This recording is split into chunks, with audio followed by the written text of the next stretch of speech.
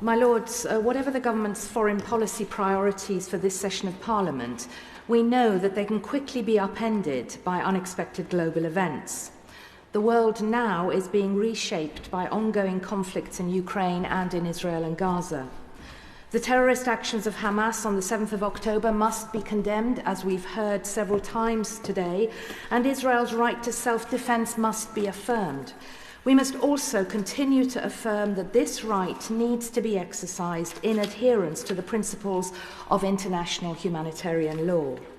The violation of international humanitarian law by both sides is shocking and will, I fear, have repercussions beyond the confines of this war, as will the killing of over 100 UN aid workers, the highest in the UN's history. Would the noble Lord, the Minister, agree that notwithstanding Israel's right to self-defense, the scale of the suffering inflicted on civilians and damage to civilian infrastructure in Gaza, including churches and other places of worship, is wrong? Israel's actions are neither proportionate nor discriminate and do little to advance the cause of peace. Would he also accept that the level of aid currently getting into Gaza, including fuel, is paltry and insufficient to meet humanitarian need? In the gracious speech, the government committed to supporting the cause of peace and stability in the Middle East. Noble Lords will know that this is a cause close to my heart.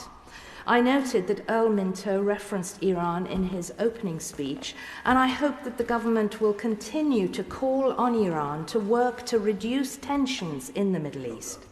I want to see an Iran, too, that supports and serves its own people rather than oppressing them, and I hope that the government will join me in pursuing this. The defining challenges of our time, from conflict in the Middle East to climate breakdown, can only be tackled through long-term global cooperation. The UK must step up to its responsibilities on the world stage, not least through the renewed commitment to international development programming. 2023 marked the halfway point for the 2030 Sustainable Development Goals, but the world is off track to meet almost all of them. Now is the moment for the UK to step up its commitment to the poorest and the most vulnerable. There will be opportunities in the next parliamentary session for the UK to demonstrate commitment to tackling global issues, and I hope the government will seize them.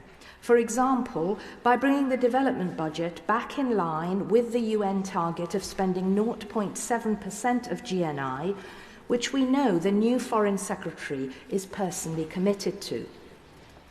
And finally, this morning's judgment from the Supreme Court on the government's plan to send asylum seekers to Rwanda is very welcome, though I'm dismayed at the PM's announcement that he intends to press on with the programme regardless.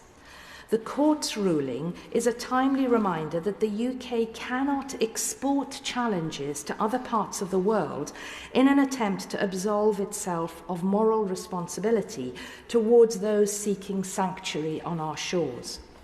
The UK can and must play a role in global events, acting as a force for stability and prosperity in our refugee policy and in our foreign policy.